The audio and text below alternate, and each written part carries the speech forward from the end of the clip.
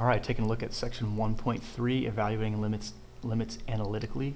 In our last lesson, we talked about looking at them graphically and numerically. So we're going to talk about evaluating them analytically this time. So there's some basic limits and some properties of limits. You should take some time to look those over before we go on. So you may want to pause the video and look those over, make sure you get a good idea of what those are saying and familiarize yourself with those. In general, in order to evaluate a limit analytically, we're going to substitute the c value, the value that x is approaching, into the function and evaluate it. It's very frequently going to tell us what the limit is. So let's take a look at those types of examples. And when you evaluate a limit this way, be sure to show the substitution. Lots of times, or frequently, it'll be a fairly simple function, and it's easy to evaluate it maybe in your head, but it's very key to show the substitution so that people can understand where you're getting that answer from. Right? So in this case, we're looking for the limit of 2x minus 1 as x approaches 0.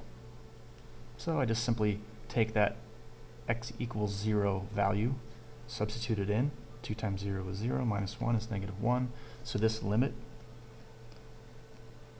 is equal to negative 1.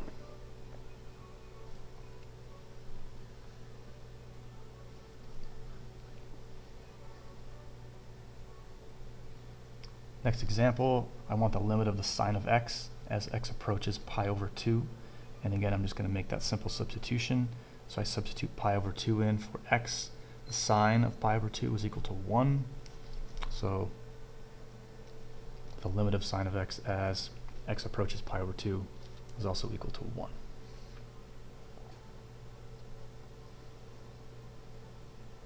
Next one, we have the cube root of 2x squared minus 27, the limit of that function as x approaches 0.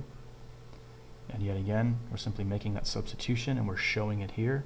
So I have 2 times 0 squared. 0 squared is 0, times 2 is 0, minus 27.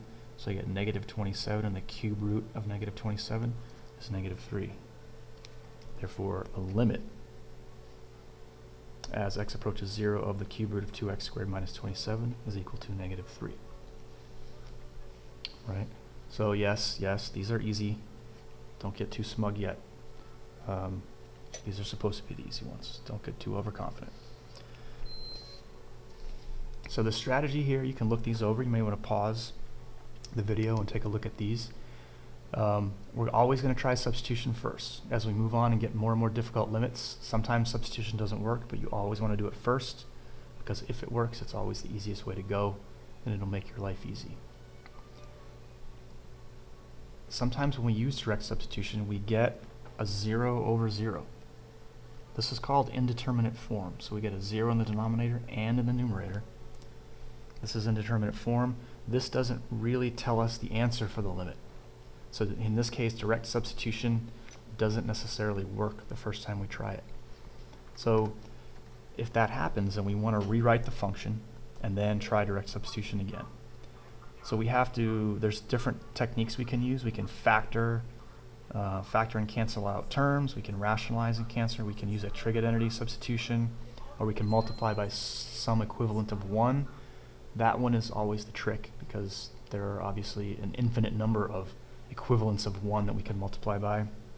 And as we gain experience with limits, that gives us some hints as to what equivalents of 1 will actually produce good results for us. So we're gonna move on in the next section to talking about these types of problems.